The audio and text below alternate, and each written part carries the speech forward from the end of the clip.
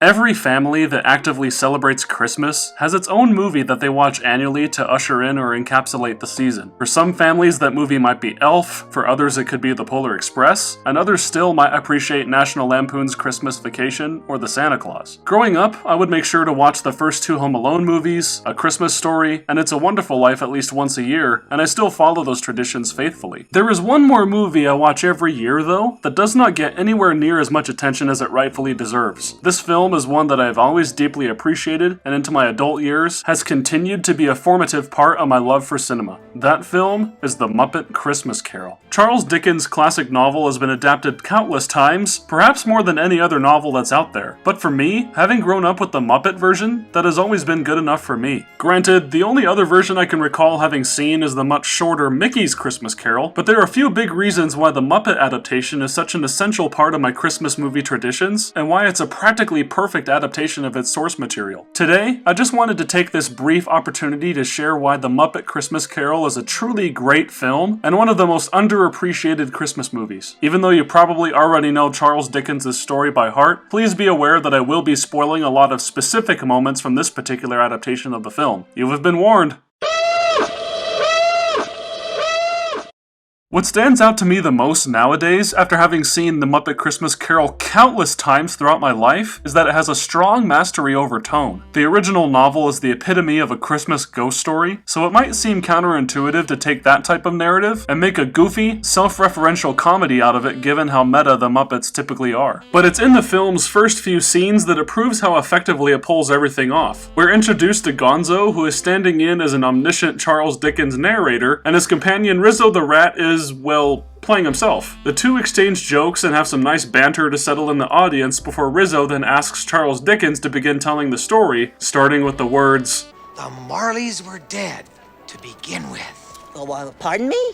That's how the story begins, Rizzo. The Marleys were dead to begin with. Oh. As dead as a doornail. And this is the sign that the filmmakers truly cared about honoring the original intent of the narrative, because this movie features everyone's favorite cast of puppets, and then all of a sudden, Michael friggin' Caine shows up as Ebenezer Scrooge. An entire song is sung by a crowd of various Muppets and humans on the streets of London, introducing us to the character by filling us in on his public reputation, capped off by a money shot of Caine delivering a pitch-perfect look of disdain upon the onlookers and saying, "Humbug." Notably, this was the first Muppet movie to feature a human main character. But if there ever was a movie to make this creative choice with, it was this one, because something occurred to me upon the most recent watch. Among other things, Ebenezer Scrooge is described in this movie as such. Old Scrooge, he loves his money cause he thinks it gives him power. That power is manifested visually by Michael Caine's sheer size compared to all of the puppets around him, including the bookkeepers such as Kermit the Frog's Bob Cratchit that he verbally abuses on a regular basis. Somehow the movie manages to depict this aspect of Scrooge's personality by perfectly balancing darkly comic and truly sad moments like this when he throws out one of his debtors. The doctor takes his share, don't he? I mean, you can yell and scream and you're right, but it won't do no good, because I'm the stone you can't squeeze blood from, and that's the truth. Thank you for not shouting at me. And then a short while later, in a heartbreaking yet hilarious scene where Scrooge rejects a homeless rabbit singing at his office's doorstep.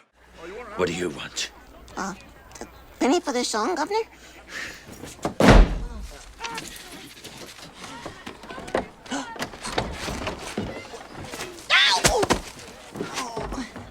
We learn so much about who Scrooge is, not just from the words he and the other characters speak, which includes Gonzo's narration, of course, but also by simply observing how Michael Caine carries himself in the presence of others. But more on that later. The theme of joy juxtaposed with sadness is continued throughout the film. That means when this adorable scene of ice skating penguins and singing Muppets enjoying Christmas Eve ends, it doesn't feel like tonal whiplash once it gets into the darker stuff more in line with the source material. Instead, the mood is set perfectly by the music, camera work, and precise precise editing that may not seem like much at first glance, but it all works effectively to reaching a point. After all, if you didn't have this really nice scene setting the mood for the excitement of Christmas Eve, you then couldn't have this immediate gut punch of seeing the homeless rabbit shivering uncontrollably in the winter wind, only then to cut to Scrooge, a suitably cold-hearted man, coming home to have the existential nightmare of his life. And I truly mean that, because when this movie wants to scare its audience, it really does. Jacob Marley?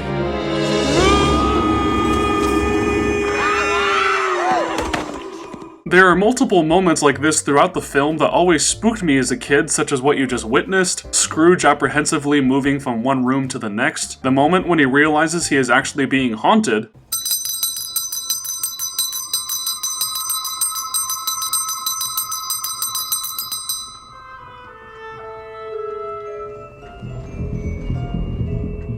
and then the coup de grace of kids' movie nightmare fuel, the scene when he meets the ghost of Christmas yet to come.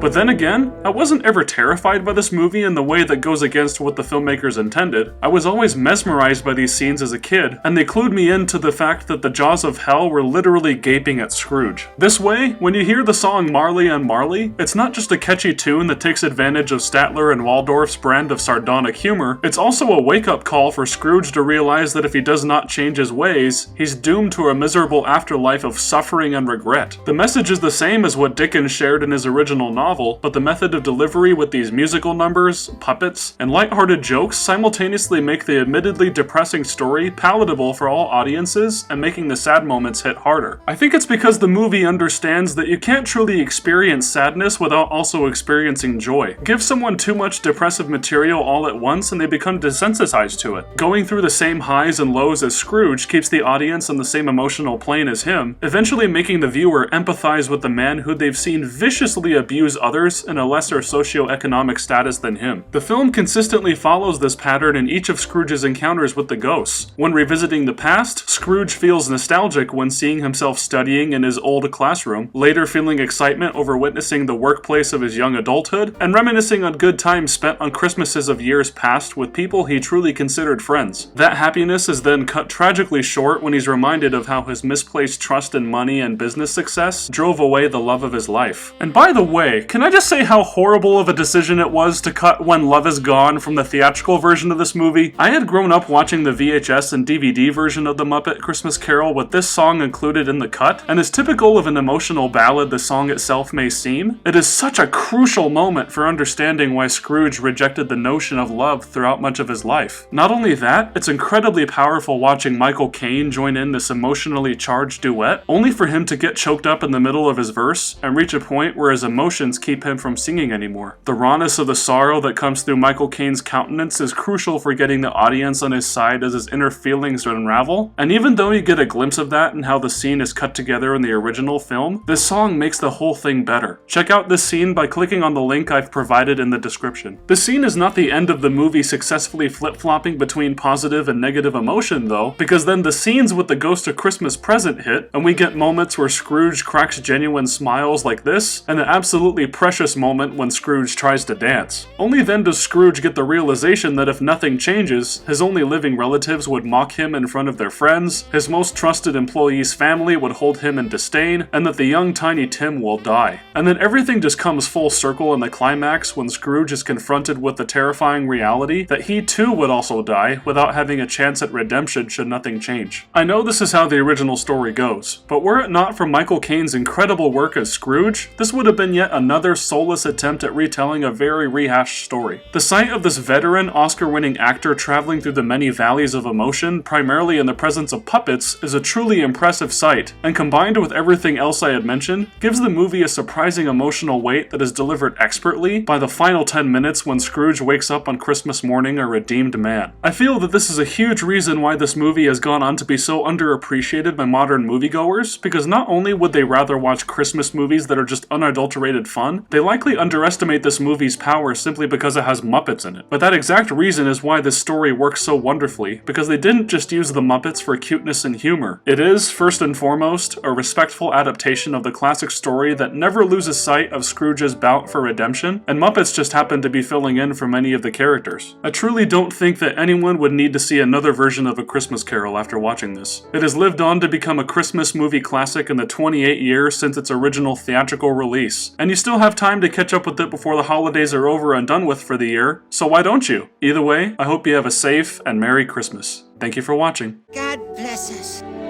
God bless us, everyone.